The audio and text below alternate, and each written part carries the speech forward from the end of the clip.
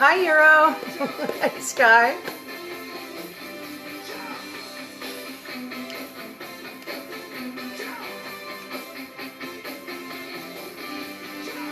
Sky, I'm not going to start yet.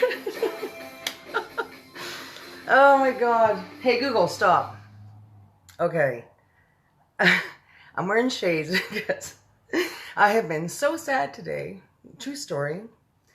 Okay, first of all, I'm wearing this because I was wearing a baseball hat all day today, and I didn't have time to kind of change it up to my usual bun in the head. So, hey Cameron, how you doing? Christina, hi babe. Oh my God, you're all here early. That's awesome. You notice I just opened up with the song Jump, at least the end of the guitar solo by our beloved Eddie Van Halen, because sadly today Eddie Van Halen passed away. I am truly struggling with this. Sorry guys. I've had such a hard time with this because, Eddie Van Halen, I mean, Van Halen in particular, I know I look ridiculous, but just bear with me. Van Halen is one of those bands that defined a generation. You know what I mean? One of the bands that defined a generation, and I'm that generation. We are that generation, and I know that you're all going to relate. Christina, Cameron, Sky, hi. I'm so glad to see you guys here. I know you're feeling the same way that I'm feeling. I'm fucking heartbroken. I'm not going to lie. I started getting into the Bacardi Breezers about an hour and a half ago, so tonight's reading should be awfully interesting. Brittany, hi, babe. Good to see you too. Yeah, Van Halen, I just, you know, that when I heard it, it actually stopped me. I was working away at my desk over there, and I just heard on the radio, and he built up this big thing. It's a sad day, and, you know, blah, blah, blah. And then finally he said, you know, it's because Eddie Van Halen passed away of throat cancer. His long battle is now over at the age of 65. You know, and it just kind of hit me in the heart. Hey, Kim. Good to see you, honey, down there in California. Yeah, Eddie Van Halen. Okay, Van Halen in particular. I actually remember the day that I discovered who Van Halen was. I know I heard their music before. I was 9 years old. But I remember the actual fucking day that I figured out who they were and fell madly in love with them and their music. As many of you know, my father was Vancouver policeman, and for 30 years. And back when we were kids, the, what was that organization? PMBA, the Police Mutual Benevolent Association. It was a group of cops that get together and they do parties for the kids and the families, because it was pretty hard on us families having cops as parents. So they would do a Christmas party, which Bob Price, who's on my Facebook, Bob was always Santa, and I know you were. But they also did a summer party, a summer barbecue. Hang on, let me just put it down a bit. Every summer, they do a summer barbecue. And so I remember I was 9 years old. The year was 1984. And I remember I'm calling out Heather and Sarah, who my dad's partner was Eric Borgland, who was like an uncle to me, and his wife Chris, and his daughters, Heather and Sarah, were very close to us. Of course, Eric Jr. was also one of the crew. Anyway, me and my brother went around this big hedge because we heard this music playing. And there's Heather and her buddies jumping on this trampoline, rocking out to Van Halen 1984. I'll never forget it as long as I live. And I remember, you know, Heather was like, come on over, right? And we go walking up. I thought they were the fucking raddest people I'd ever seen in my life. Mullets, feathered dudes, total fucking bangers. Rocking out to Van Halen. I remember seeing the cassette tape cover, and it was the angel smoking a cigarette. And I fell madly in love. And that album is my absolute favorite of theirs, of all the albums they did. I love all their music, even when Buddy came in later. What's his name again? Anyway, whatever. Y'all know who I mean. But yeah, that was an era. That was one of the bands that defined my childhood and all their music. I have a memory associated with every song they ever made. And I just wanted to say, first and foremost, shout out to Eddie. We love you, darling. If you have a drink, and please have one, I would like to raise a glass to Eddie Van Halen and say thank you so much for the music and the memories and for being a big part of all of our lives. Okay. So, I'm sure Nathan, hi honey, how you doing, babe? Nathan down in Arizona. I was just doing a little homage to Eddie Van Halen. Yeah, like I mentioned at the top, cheers, babe. Cheers to Sky in Australia. I mentioned at the top, I'm wearing this weird getup because I was wearing a baseball hat at work and I didn't have time to do my hair beautifully or anything like that. So, you got my, is a panda toque. My girlfriend Sandra gave it to me. So I'm panda-ing out tonight. These are her glasses. Okay, so there you go. This is me. It's a new look. I think it works for me. On an up note, oh, good to happy to see you too, Adele. What timing? Oh my God. I was just gonna say, I was just on my mother's grave gonna say on an up note. I literally just said up note if you marked my words. On an up note, it was two of my favorite people's birthday yesterday. One was my Auntie Laura, who I did call in the morning and sang to her. The other was Adele. And I was going to say, Adele, I'm sorry, I knew it was your birthday. I had one of those crazy days. And at 10 o'clock last night, I was going to say, oh, sorry, I'm late and all that fucking nonsense. Then I thought to myself, I've got a better way to pay homage to your 45th year. Here it goes. Happy birthday to you. Happy birthday to you. Happy birthday, dear Adele. Happy birthday to you. I love you. Happy 45th. Welcome to the club. It only gets better, trust me. Okay, there we go. Panda 45. Whoop, whoop. That was just for you, darling. And trust me, I don't sing for everybody. So, moving on. You're great too, honey. I can't get this fucking tube to go down properly. Auntie Babs, hi. My Auntie Babs is on with us. Hi, Auntie Babs. Everybody say hi, Auntie Babs, please. Come on. Oh, wait.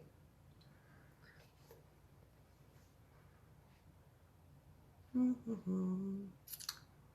mean you have to actually type it, or I'm not reading the book. Okay, everyone's shy. Fine. Oh, there we go. Adele. Thank you, Adele. Hi, Auntie Babs. Yay. Thank you all so much. This is my Uncle George's. Hi, Auntie Babs. Yay, everybody's saying thank you guys so much. My Auntie Babs is my gorgeous Uncle George's wife, my mom's brother, and Auntie Babs means a lot. Oh, Cheryl, thank you. Hi, Auntie Babs. Thank you so much all for saying hello. It's the first time, as far as I know, I've seen Auntie Babs join me, and I'm really, really glad to see you here, Auntie Babs. Thank you so much. Yes, I'm going to get right into the book now. I've done my little teary homage to Eddie Van Halen. Like I said, I've had a couple of Bacardi Breezers, so if my readings are a little bit more exuberant than usual, then your Auntie Babs, well, she's your Auntie Babs through marriage, you know, because you're on the Markham side, but she's on the Ramsey side. But you know what? Potato, potato. You know what I'm saying, Sky? My aunt's your aunt. Anyway, If you'll remember, at the end of the last reading, and I'm loving this book, by the way, let me see. The little boy that, again, we still don't know his name, but he was saying that he was telling the story of how he encountered his first witch, but that it wasn't his last. So, moving on. Summer holidays. The Easter holidays came and went, and the summer term began at school. My grandmother and I had already planned to take our summer holiday in Norway, and we talked about almost nothing else every evening. She had booked a cabin for each of us on the boat from Newcastle to Oslo at the earliest possible moment after my school broke up. And from Oslo, she was going to take me to a place she knew down on the south coast near Arendal, where she had spent her own summer holidays as a child nearly 80 years ago. All day long, she said, my brother and I were out in the rowing boat. The whole coast is dotted with tiny islands, and there's nobody on them. We used to explore them and dive into the sea off the lovely, smooth granite rocks. And sometimes on the way out, we would drop the anchor and fish for cod and whiting. And if we caught anything, we would build a fire on an island and fry the fish in a pan for our lunch. There was no finer fish in the world than absolutely fresh cod and trout. What did you use for bait, Grandmama, when you were fishing? Mussels, she said. Everyone uses mussels for bait in Norway. And if we didn't catch any fish, we would boil the mussels in a saucepan and eat those. Were they good? Delicious, she said. Cook them in seawater and they are tender and salty. What else did you do, Grandmama? We used to row out and wave to the shrimp boats on their way home, and they would stop and give us a handful of shrimps each. The shrimps were still warm from having been just cooked, and we would sit in the rowboat, peeling them and gobbling them up. The head was the best part. The head, I said. You squeeze the head between your teeth and suck out the inside. It's marvelous. You and I will do all these things this summer, my darling, she said. Grandmama, I said, I can't wait. I simply can't wait to go. Nor can I, she said. When there were only 3 weeks of the summer term left, an awful thing happened. My grandmother got pneumonia. She became very ill, and a trained nurse moved into the house to look after her. The doctor explained to me that pneumonia is not normally a dangerous illness nowadays because of penicillin, but when a person is more than 80 years old, as my grandmother was, then it is very dangerous indeed. Tracy, hey honey, good to see you. Sorry, I'm struggling with this fucking toque. Anyway. He said he didn't even dare to move her to the hospital in her condition. So she stayed in her bedroom, and I hung about outside the door while oxygen cylinders and all sorts of other frightening things were taken to her. Can I go in and see her? I said. I've got a toque hair in my eye. No, dear, the nurse said. Not at the moment. A fat and jolly lady called Mrs. Spring, who used to come and clean our house every day, also moved in and slept in the house. Mrs. Spring looked after me and cooked my meals. I liked her very much. But she wasn't a patch on my grandmother for telling stories. One evening, about 10 days later, the doctor came downstairs and said to me, "You can go in and see her now, but only for a short time. She's been asking for you." I flew up the stairs and burst into my grandmother's room and threw myself into her arms. "Hey there," the nurse said. "Be careful with her." "Will you be all right now, Grandmama?" I asked. "The worst is over," she said. "I'll soon be up again." "Will she?" I said to the nurse. "Oh, yes," the nurse answered, smiling. "She told us she simply had to get better because she had to look after you." I gave her another hug. "They won't let me have a cigar," she said. "But you wait till they're gone." She's a tough old bird, the nurse said. We'll have her up in another week. The nurse was right. Within a week, my grandmother was thumping around the house with her old gold-topped cane and interfering with Mrs. Spring's cooking. I thank you for all your help, Mrs. Spring, she said, but you can go home now. Oh, no, I can't, Mrs. Spring said. Doctor told me to see that you take it very easy for the next few days. The doctor said more than that. He dropped a bombshell on my grandmother and me by telling us that on no account were we to risk the journey to Norway this summer. Rubbish, my grandmother cried. I've promised him we'll go. It's too far, the doctor said. It would be very dangerous. But I'll tell you what you can do. You can take your grandson to a nice hotel on the south coast of England instead. The sea air is just what you need. Oh, no, I said. Do you want your grandmother to die? The doctor asked me. Never, I said. Then don't let her go on a long journey this summer. She's not yet strong enough. And stop her smoking those vile black cigars. I love the cigars. In the end, the doctor had his way about the holiday, but not about the cigars. Rooms were booked for us in a place called the Hotel Magnificent in the famous seaside town of Bournemouth. Bournemouth, my grandmother told me, was full of old people like herself. They retired there by the thousand because the air was so bracing and healthy it kept them, so they believed, alive for a few extra years. Does it? I asked. Of course not, she said. It's Tommy rot. But just for once, I think we've got to obey the doctor. Soon after that, my grandmother and I took the train to Bournemouth and settled into the Hotel Magnificent. It was an enormous white building on the seafront, and it looked to me like a pretty boring place to spend a summer holiday in.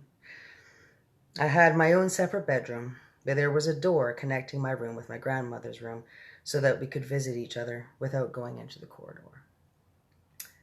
Just before we left for Bournemouth, my grandmother had given me, as a consolation, a present of 2 white mice in a little cage, and of course I took them with me. They were terrific fun, those mice. I called them William and Mary, and in the hotel I set out right away teaching them to do tricks. The first trick I taught them was to creep up the sleeve of my jacket and come up my neck. Then I taught them to climb up the back of my neck onto the top of my head. I did this by putting cake crumbs on my hair. On the very first morning after our arrival, the chambermaid was making my bed when one of my mice poked its head out from under the sheets. The maid let out a shriek that brought dozens of people running to see who had been murdered. I was reported to the manager. There followed an unpleasant scene in the manager's office with the manager, my grandmother, and me. The manager, whose name was Mr. Stringer, was a bristly man in a black tailcoat. I cannot permit mice in my hotel, madam, he said to my grandmother. How dare you say that when your rotten hotel is full of rats anyway? My grandmother cried. Rats, cried Mr. Stringer, going mauve in the face. There are no rats in this hotel. I saw one this very morning, my grandmother said. It was running down the corridor into the kitchen. That's not true, cried Mr. Stringer. You had better get the rat catcher in at once, my grandmother said, before I report you to the public health authorities. I expect there's rats scuttling all over the kitchen floor and stealing the food off the shelves and jumping in and out of the soup. Never, cried Mr. Stringer. No wonder my breakfast toast was all nibbled round the edges this morning, my grandmother went on relentlessly. No wonder it had a nasty, ratty taste. If you're not careful, the health people will be ordering the entire hotel to be closed before everyone gets typhoid fever. You're not being serious, madam, Mr. Stringer said. I was never more serious in my life, my grandmother said. Are you or are you not going to allow my grandson to keep his white mice in his room? The manager knew he was beaten. May I suggest a compromise, madam, he said. I will permit him to keep them in his room as long as they are never allowed out of the cage. How's that? That will suit us very well, my grandmother said, and she stood up and marched out of the room with me behind her. Hi, Kelly. There is no way you can train mice inside a cage. Yet I dared not let them out because the chambermaid was spying on me all the time. She had a key to my door and she kept bursting in at all hours, trying to catch me with the mice out of the cage. She told me that the first mouse to break the rules would be drowned in a bucket of water by the hall porter. I decided to seek a safer place where I could carry on with my training. There must surely be an empty room in this enormous hotel. I put one mouse into each trouser pocket and wandered downstairs in search of a secret spot. The ground floor of the hotel was a maze of public rooms, all of them named in gold letters on the doors. I wandered through the lounge and the smoking room and the card room and the reading room and the drawing room. None of them was empty. I went down a long, wide corridor, and at the end of it, I came to the ballroom. There were double doors leading into it, and in front of the doors, there was a large notice board on a stand. The notice on the board said, RSPCC meeting. Strictly private. This room is reserved for the annual meeting of the Royal Society for the Prevention of Cruelty to Children. The double doors into the room were open. I peeped in. It was a colossal room. There were rows and rows of chairs, all facing a platform. The chairs were painted gold and they had little red cushions on the seats. But there was not a soul in sight. I sidled cautiously into the room. What a lovely, secret, silent place it was. The meeting of the Royal Society for the Prevention of Cruelty to Children must have taken place earlier in the day, and now they had all gone home. Even if they hadn't, even if they did suddenly come pouring in, they would be wonderful, kind people who would look with favor upon a young mouse trainer going about his business. At the back of the room, there was a large folding screen with Chinese dragons painted on it. I decided, just to be safe, on the safe side. Sorry, there's this fucking hair driving me mental. Anyway, just to be on the safe side. Sorry, the glasses. Okay. To go behind this screen and do my training there. I wasn't a bit frightened of the prevention of cruelty to children people, but there was always a chance that Mr. Stringer, the manager, might pop his head around the door. If he did, and if he saw the mice, the poor things would be in the hall porter's bucket of water before I could shout stop. I tiptoed to the back of the room and settled myself on the thick green carpet behind the big screen. What a splendid place this was. Ideal for mouse training. I took William and Mary out of my trouser pockets. They sat beside me on the carpet, quiet and well behaved. The trick I was going to teach them today was tightrope walking. It is not all that difficult to train an intelligent mouse to be an expert tightrope walker, provided you know exactly how to go about doing it. First, you must have a piece of string. I had that. Then you must have some good cake. A fine currant cake is the favorite food of white mice. They're dotty about it. I had brought with me a rock cake, which I had pocketed while having tea with Grandmama the day before. Now here's what you do. You stretch the string tight between your two hands, but you start by keeping it very short, only about 3 inches. You put the mouse on your right hand and a little piece of cake on your left hand. The mouse is therefore only 3 inches away from the cake. He can see it and he can smell it. His whiskers twitch with excitement. He can almost reach the cake by leaning forward, but not quite. He also only has to take 2 steps along the string to reach his tasty morsel. He ventures forward, one paw on the string, then the other. If the mouse has a good sense of balance, and most of them have, he will get across easily. I started with William. He walked the string without a moment's hesitation. I let him have a quick nibble of the cake, just to whet his appetite. Then I put him back on my right hand. This time, I lengthened the string. I made it about 6 inches long. William knew what to do now. With superb balance, he walked step by step along the string until he reached the cake. He was rewarded with another nibble. Quite soon, William was walking a 24-inch tightrope, rather tight string, from one hand to the other to reach the cake. It was wonderful to watch him. He was enjoying himself tremendously. I was careful to hold the string near the carpet so that if he did lose his balance, he wouldn't have far to fall. But he never fell. William was obviously a natural acrobat, a great tightrope walking mouse. Now it was Mary's turn. I put William on the carpet beside me and rewarded him with some extra crumbs and a currant. Then I started going through the same routine all over again with Mary. My blinding ambition, you see, my dream of dreams, was to become one day the owner of a white mouse circus. I would have a small cage with red curtains in front of it. And when the curtains were drawn apart, the audience would see my world-famous performing mice walking on tightropes, swinging from trapezes, turning somersaults in the air, bouncing on trampolines, and all the rest of it. I would have white mice riding on white rats, and the rats would gallop furiously round and round the stage. I was beginning to picture myself traveling first class all over the globe with my famous white mouse circus and performing before all the crowned heads of Europe. I was about halfway through Mary's training when suddenly I heard voices outside the ballroom door. "Hi, Judy. Good to see you." The sound grew louder. It swelled into a great babble of speech from many throats. I recognized the voice of the awful hotel manager, Mr. Stringer. Help, I thought, but thanks heavens for the huge screen.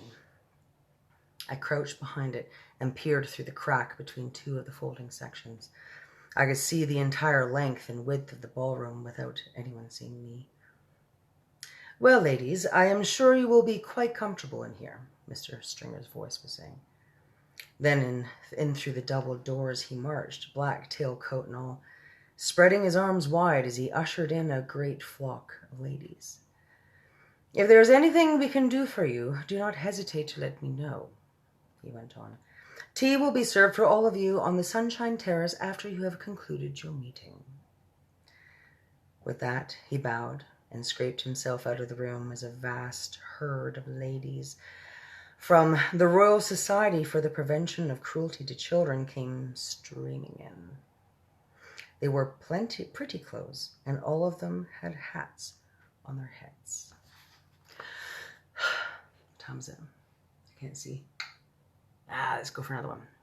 The meeting. Now that the manager had gone, I was not particularly alarmed. What better to be imprisoned in a room full of these splendid ladies? If I ever got talking to them, I might even suggest that they come and do a bit of a cruelty to children prevention at my school. Sorry, I was just trying to figure out who's there. Prevention, yeah. We could certainly use them there. In they came, talking their heads off. They began milling around and choosing their seats, and there was a whole lot of stuff like, "Come and sit next to me, Millie dear," and "Oh, hello, Beatrice. I haven't seen you since the last meeting.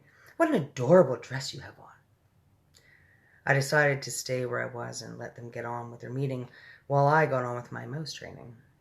But I watched them for a while longer through the crack in the screen, waiting for them to settle down. How many were there? I guessed about 200. The back rows filled up first. They all seemed to want to sit as far back from the platform as possible. There was a lady wearing a tiny green hat in the middle of the back row who kept scratching the nape of her neck. She couldn't leave it alone. It fascinated me the way her fingers kept scratching away at her hair on the back of her neck. Had she known somebody was watching her from behind, I'm sure she would have been embarrassed. I wondered if she had dandruff. All of a sudden, I noticed that the lady next to her, she was doing the same thing. Hi, Phil. Good to see you, babe. She was doing the same thing. And the next one. And the next. The whole lot of them were doing it. They were all scratching away like mad at the hair on the back of their necks. Did they have fleas in their hair? More likely it was nits. A boy at school called Ashton, well, he had nits in his hair last term, and the matron had made him dip his whole head in turpentine. It killed the nits all right, but it nearly killed Ashton as well. Half the skin came away from his scalp. I began to be fascinated by these hair-scratching ladies. It's always funny when you catch someone doing something coarse and she thinks that no one is looking. Nose picking, for example, or scratching her bottom. Hair scratching is very nearly as unattractive, especially if it goes on and on and on. I decided that it had to be nits. Then the most astonishing thing happened. I saw one lady pushing her fingers up underneath the hair on her head. And the hair, the entire head of hair, lifted upward all at once. And the hand slid underneath the hair, and she went on scratching. Oh my God, she's wearing a wig. She was also wearing gloves. Oh, I glanced swiftly around the rest of the room, now seated audience. Every one of them was wearing gloves. My blood turned to ice. I began to shake all over. I glanced frantically behind me for a back door to escape through, but there was none. Should I leap out from behind the screen and make a dash for the double doors? Those double doors were already closed, and I could see a woman standing in front of them. She was bending forward and fixing some sort of a metal chain around the two door handles. Keep still, I told myself. No one has seen you yet. There's no reason in the world why they should come and look behind the screen. But one false move, one cough, one sneeze, one nose blow, one little sound of any sort, and it won't be just one witch that gets you. It'll be 200. At that point, I think I fainted. The whole thing was altogether too much for a small boy to cope with. But I don't believe I was out for more than a few seconds, and when I came to, I was lying on the carpet, and I was still, thank heavens, behind the screen. There was absolute silence all around me. Rather shakily, I got to my knees and peered once again through the crack in the screen. Stopping it there. I know, it sucks. It's a nail biter, page turner, but it's 7:47. That's my half hour. Sorry, folks. I know last time I went for like 50 minutes because it was the first read, and I was just like way too excited to help myself. But I really should keep it down to the half hour. So that'll conclude. Sky, no, I know. But you know what? What is it? I'm going to read again on Thursday. Normally I would have read last night. Sorry about that. I had to work. I was doing showings. I have 4 suites, count 4 suites to rent this month. But you know what? I already did one. Oh, shout out to Julius Pierbon. Yeah. Hope you don't mind, Julius. But yeah, I just rented a suite to his lovely Cheyenne. Cheyenne will be joining my building on the 15th of this month. So yeah, I've got 3 more to go. Hey, Del. Hi again, babe. And so yeah, I will be reading on Thursday. And so you know what? It'll be. I have to leave you hanging. I can't just give it all to you at once. You know what I mean? Anyway, so I think yeah, I'm gonna wrap it up. But I hope everyone's enjoying the book as much as I am. I think you are. I've noticed a few extra faces, and I'm really glad to see you, Christina. Good to see you. So yeah, I'm gonna wrap it up right now. Cheers once again to Eddie Van Halen. I know I'm not. Well, teasing is a forte of mine. No, like I said, if you watch from the beginning, you'll see that I did a shout out to Eddie Van Halen today. You schedule your lunch break around my readings, Sky. I love you for that. I really do. Then, just so everybody knows, Sky's my cousin in Australia. I will try to be back Thursday. Love it. Love you, Adele. Happy birthday. That's getting a text from my tenant. And I hope you enjoyed your birthday song. Anybody who's watching right now, if you want to catch up, you can, all my videos, if you just go to photos, albums, video, everything I've ever done is right there. Every book I've ever read, every page I've ever turned. So you can go back to, this is only episode 2 for this book. So if you watched the one I read on Thursday last week, along with this one, then you're all caught up. Thursday is the next read. And cheers, babe. Eddie, love ya. Love you all. Have a wonderful night. And like I said, every Monday and Thursday is my reading night. 7:10 is when I check in, around 7:10, 7:20-ish. The reason I do that is so that if you're going to scream and shout and give props to the nurses and doctors out there, I don't want to intervene with that. In fact, I support it. And you all stay safe out there. Take care of yourselves and each other. And remember how much I love you. Phil, love you. Thanks for seeing. Good to see you, honey. Come back on Thursday. I'm counting on you. Mwah. Good night.